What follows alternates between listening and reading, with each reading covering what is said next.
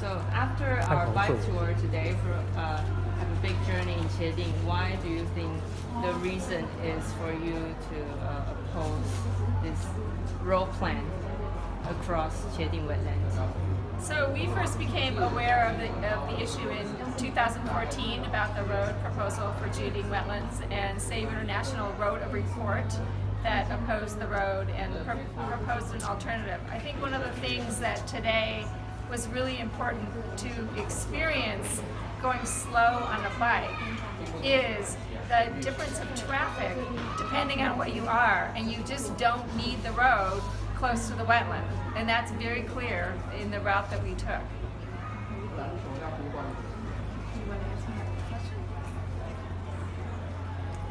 So I should answer this.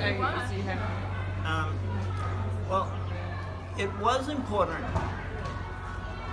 to go through茄萣on a bike because we got a sense of how people are using all of the different streets in the town.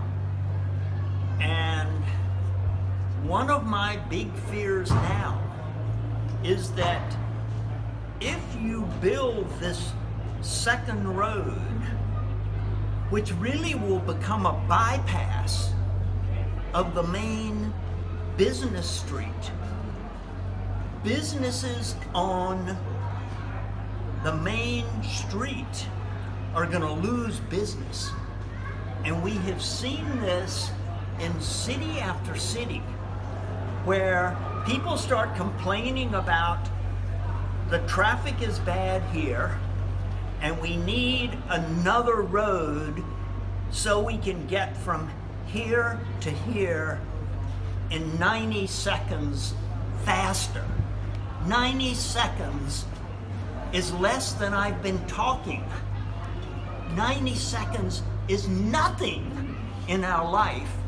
And you build this new road and the traffic then is either going to move from here over here, and less people, business is going to decline here. There's no question. And we've seen that so many times before. That is a new worry I have. I mean, there's so many problems with building 1-4. It just makes no sense from any perspective. Is it going to improve traffic? About that much. Is it going to cause economic damage to the town? Yes. Are some people going to get richer? Yes. Is the whole town going to get richer? No. Who are the people who are going to get rich? There are not very many of them. But they have convinced everybody that they need this road. That's too bad. Not everybody. Not茄萣youth. Yeah. I'm the reporter. Okay. Yeah, I heard that you used to come to Taiwan for two years one time. But after last year's workshop, you come this year again. So why you come every year come to Taiwan for the workshop? What's the importance to hold the workshop in茄萣or in Taiwan for the youth here? So,茄萣Wetland Youth is one of the most exciting groups I've ever worked with. They're creative and they are willing to try anything to make the change that they think is important, and I will support them as long as they are around, and that is the reason I come back. Yeah, we've been coming to Taiwan to work on Haimen since 1997. 21 years, yeah. So that's a long time. We come every year. Sometimes when we were fighting Binan, we would come 3 or 4 times. And as Marcia says, Jieting youth is an inspiration to us. And I think we saw today in their presentation just how creative they are.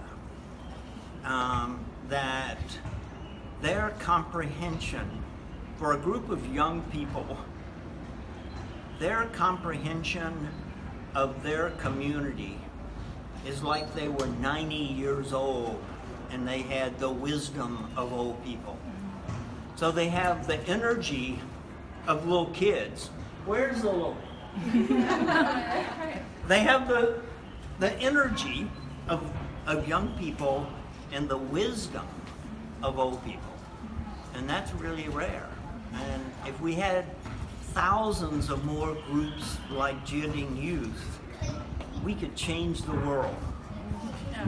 So, but we are also friends. So even when we're not here all during the year, we are constantly in communication with them.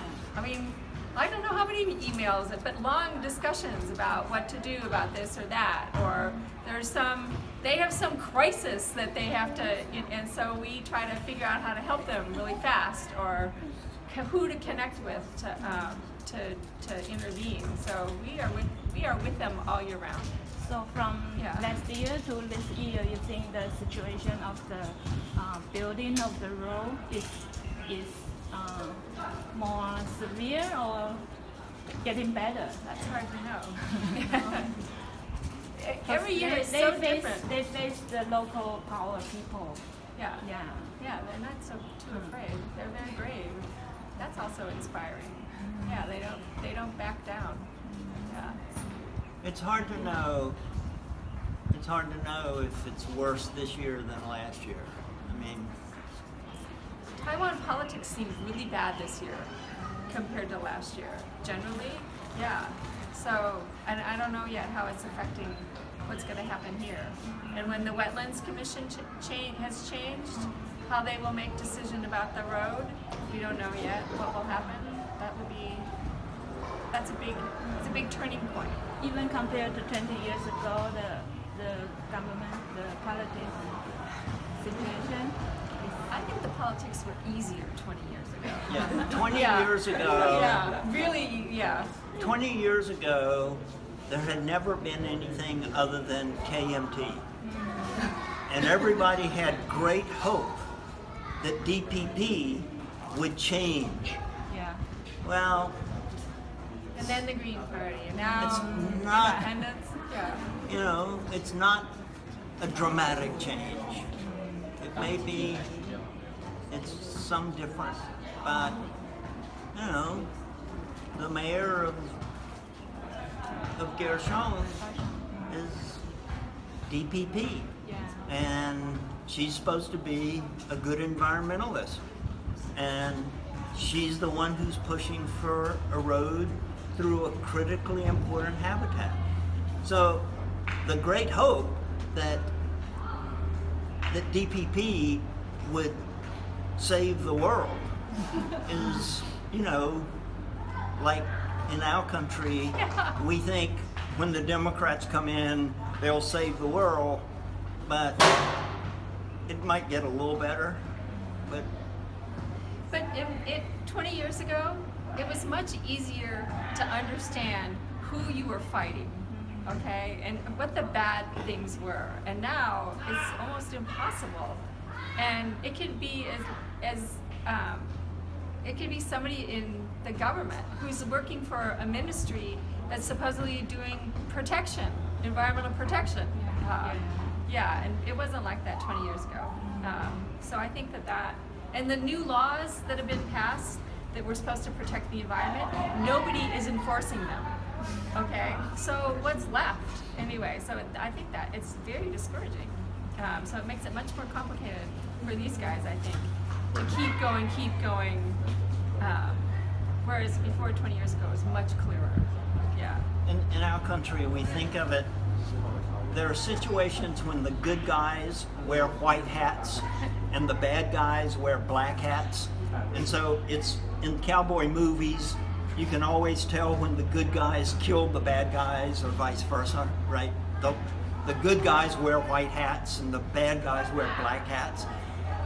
And that's sort of what it was like 20 years ago. Because the bad guys were really bad and they all wore black hats. Binan was a really bad guy. And Uncle Gaong, the fisherman in Chigu, were really good guys and they wore white hats. And so it was easy. I mean, it wasn't easy, but it seems much less complicated than it is now. And that's part of Taiwan has now been a democratic society for that many more years. And the older that the democracy gets, the more complicated, I think, those things become. Which is part of why it's hard. And why it's really important for groups like the Jiading Youth to be creating a more civic society. So one thing that's really clear this year, between the bike ride and then your presentation, is their network is expanding, and it's expanding across different sectors of the community. So they're now working with the people on the river, and they have connections with people in the tea, the herbal, Chinese herbal. So this is business community, and that is a really good thing. Which, if you keep at doing that, eventually one day you'll wake up and you're like, everybody's in the same network. Yeah, I think. Well, also 10 years from now, Marcia will be the mayor of Jiading.